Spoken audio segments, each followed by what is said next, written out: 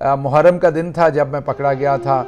9 अगस्त था और 10 मुहर्रम का दिन था और सुबह मैं सो के उठा, उसी वक्त मुझे पकड़ लिया गया। तो मैंने पानी नहीं पिया था। अक्सर मुझे प्यास होती है सुबह सुबह के वक्त कि जब मुझे शदीद तरीन तशद्दुद मेरे पे पहले 2 सेशन किए गए। मैंने 12 पानी मांगा, मुझे नहीं दिया गया। तो बाहर अजान की आवाज़ हो रही थी। मैंने तशद्दुद करने वाले एक शख्स ने, जो कमरे में आके बार बार देखते थे बाद में कि मैं ज़िंदा हूँ कि नहीं, उससे पूछा कि कौन सी अजान हो रही है। तो उसने कहा असर की अजान हो रही है। तो मुझे अभी भी याद है, मैंने उसे कहा कि आज 10 मुहर्रम है। इस वक्त तक अमाम आली मुकाम हज़रत इमाम हुसैन अलैहिस्सलाम को शहीद कर दिया गया था। उसके बाद पानी खोल दिया गया था, तो मुझे पानी मिल सकता है।